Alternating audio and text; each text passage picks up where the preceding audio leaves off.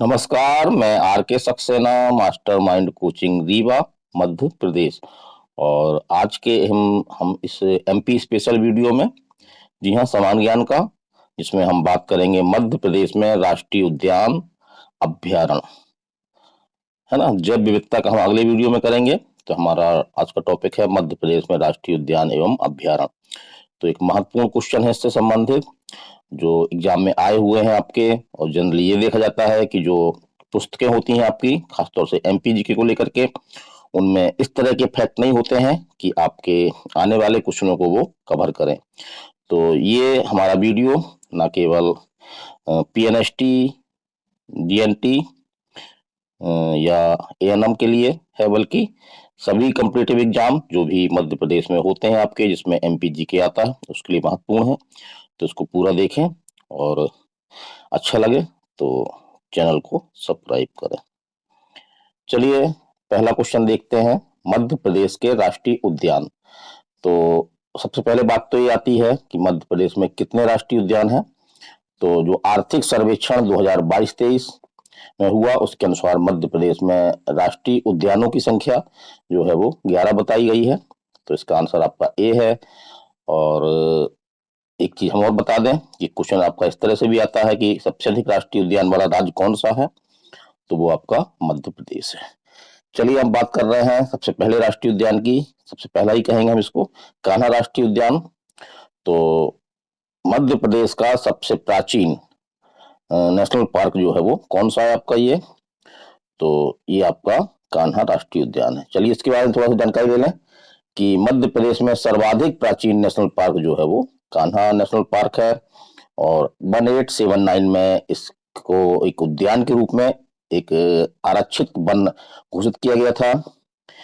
897 में से लेकर 910 तक ये अंग्रेजों का शिकार स्थल रहा।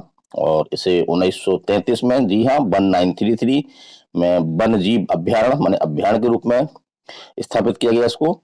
और 1955 में, जी हाँ, 1955 में इसको राष्ट्रीय उद्यान घोषित किया गया। चलिए देखते हैं और फैक्ट देख लेते हैं कि मध्य प्रदेश का सबसे बड़ा राष्ट्रीय उद्यान है आपका ये।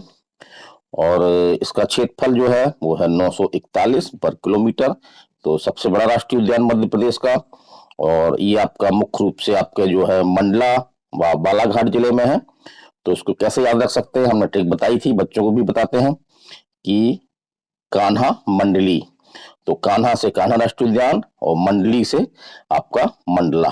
फिर देखते हैं कि इसको प्रोजेक्ट टाइगर में शुरू किया गया था 1973-74 में। तो एक क्वेश्चन ये भी बनता है कि सबसे पहले टाइगर प्रोजेक्ट योजना जो है किस राष्ट्रीय उद्यान में शुरू की गई, मध्य प्रदेश के। तो आपका कान्हा राष्ट्रीय उद्यान है। और ये इनके जो है वो जीव पाए जाते हैं, इनमें जो जंगली जीव, जंगली जानवर हैं, वो ये तमाम पाए जाते हैं। अगला क्वेश्चन आपका ये है कि राष्ट्रीय उद्यान के रूप में इसको कब घोषित किया गया, कब गठित किया गया। तो इसका आंसर बन रहा होगा, पिछले में बता चुके हम, 1955 में। जी हाँ, 1955 में। कान्हा राष्ट्रीय उद्यान किस जिले में है, ये भी हम बता चुके आपको। तो ये कहाँ पे है आपका, कान्हा मंडली से याद रखिए, मंडली से मंडला। तो मंडला जिले में है। तो मध्य प्रदेश का सबसे बड़ा राष्ट्रीय उद्यान तो आपका कान्हा राष्ट्रीय उद्यान है। हमने पहले ही बता दिया कि सबसे अधिक क्षेत्रफल है इसका, 941 वर्ग किलोमीटर क्षेत्र में ये फैला हुआ है। फिर एक महत्वपूर्ण क्वेश्चन है, जनरली किताबों में नहीं मिलता ये, कि सूर्यास्त पॉइंट बमनी दादर के रूप में भी जाना जाता है, यह किस राष्ट्रीय पार्क का एक प्रमुख आकर्षण है। तो एनएम में आकर क्वेश्चन आया हुआ है, एनएम 16 में, पुलिस कांस्टेबल में भी आया हुआ क्वेश्चन है। हम केवल महत्वपूर्ण क्वेश्चनों को ही ले रहे हैं इसमें, ताकि आपके पास जो सीमित समय है, खासतौर से पीएनएसटी, जीएनटी और एनएम बच्चियों के लिए, तो उनको काफी अच्छा मैटर मिल जाए। तो ये आपका आंसर है डी नंबर। सूर्यास्त पॉइंट जो है बमनी दादर के रूप में जाना जाता है।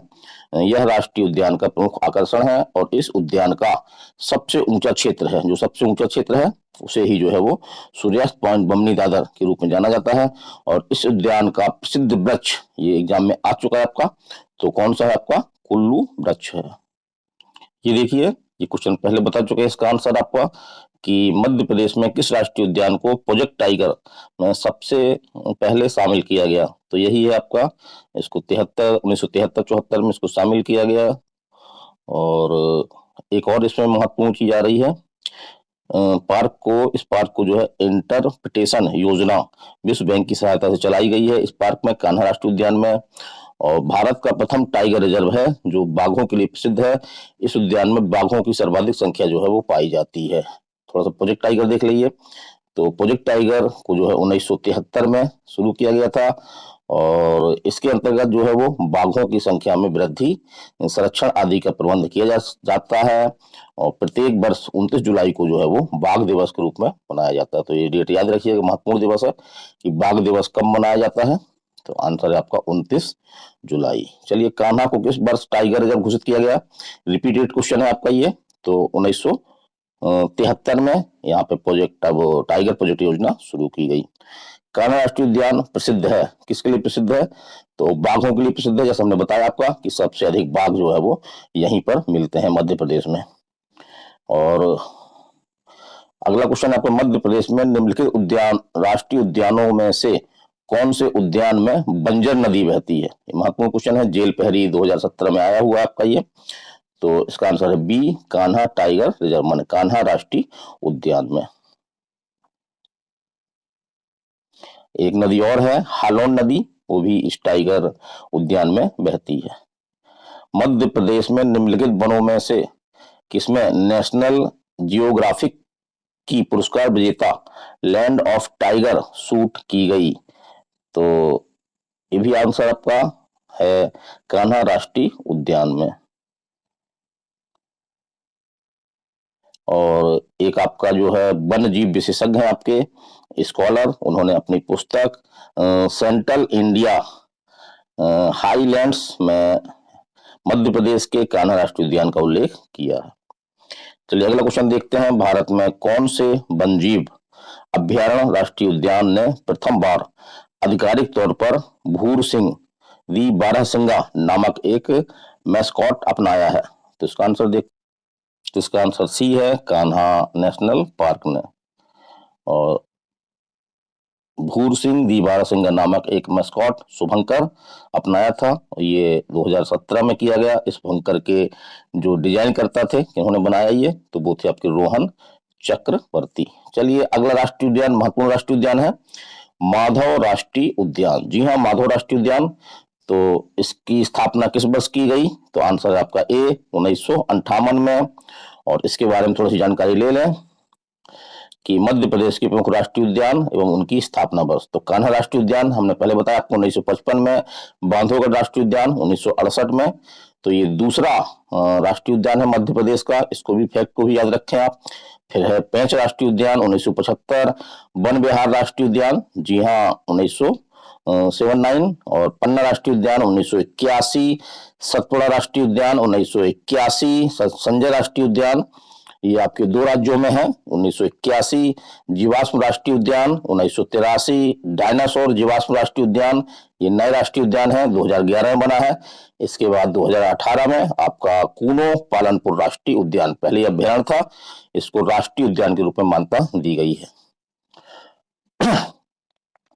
अगले ही माधव राष्ट्रीय उद्यान किस राजस्व संभाग के अंतर्गत है?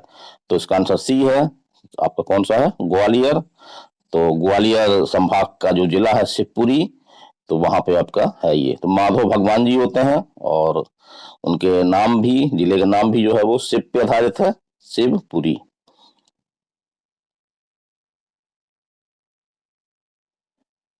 स्वतंत्रता के पूर्व यह राष्ट्रीय उद्यान जो सिंधिया राजवंश था मध्य प्रदेश में, उसका प्रमुख शिकार स्थल था।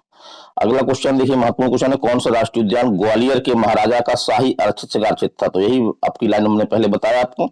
तो आंसर इसका आपका सी है, एमपीएसआई में आ चुका है, एएनएम ट्रेनिंग में सिलेक्शन में भी ये क्वेश्चन आपका आया है। तो इसका आंसर आपका सी है, माधव राष्ट्रीय उद्यान। अगला क्वेश्चन आपका, निम्नलिखित में से कौन सा राष्ट्रीय रिजर्व नहीं है, टाइगर रिजर्व नहीं है? तो आपका देखें, इसका आंसर डी है, आपका माधव राष्ट्रीय पार्क जो है वो टाइगर रिजर्व में नहीं आता है। प्रमुख टाइगर रिजर्व देख लें, नाम याद रख लें उनके, संजय, डुगरी, सतपुड़ा, कान्हा, पन्ना, पेंच व बांधवगढ़, ये सभी जो है वो टाइगर प्रोजेक्ट यहाँ पे लागू है। माधव राष्ट्रीय उद्यान में समान रूप से देखा जाने वाला मांसाहारी कौन सा है?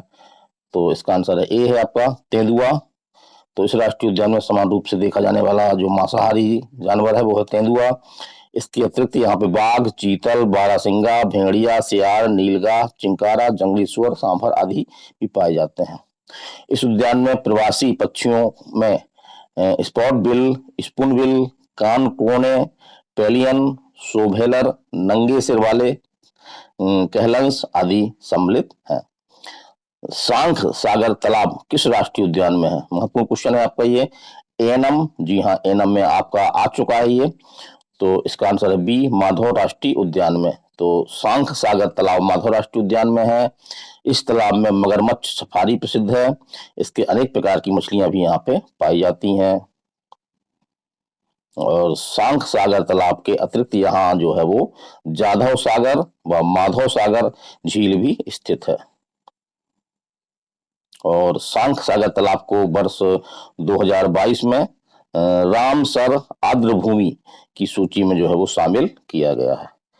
चलिए अगला क्वेश्चन देखते हैं। अब अगला राष्ट्रीय उद्यान है आपका बांधवगढ़ राष्ट्रीय उद्यान। तो इससे क्या क्वेश्चन है तो देखते हैं पहला कि बांधवगढ़ राष्ट्रीय उद्यान कहाँ स्थित है। तो ये किसी भी राष्ट्रीय उद्यान कहाँ पे उसकी लोकेशन है ये आपको ध्यान में रखना है। और या अथवा बांधवा राष्ट्रीय उद्यान मध्य प्रदेश के किस क्षेत्र में स्थित है। तो इसका आंसर आपका बी है। बांधवगढ़ राष्ट्रीय उद्यान उमरिया विंध्य पर्वतमाला के पूर्वी भाग में स्थित है और इसका क्षेत्रफल लगभग जो है 448 वर्ग किलोमीटर है। इसका आंसर आपका बी है, उमरिया। तो उमरिया को बांध के रखें, उमरिया को बांध के रखें। तो उमरिया से आपका उमरिया जिला और बांध से आपका बांधवगढ़।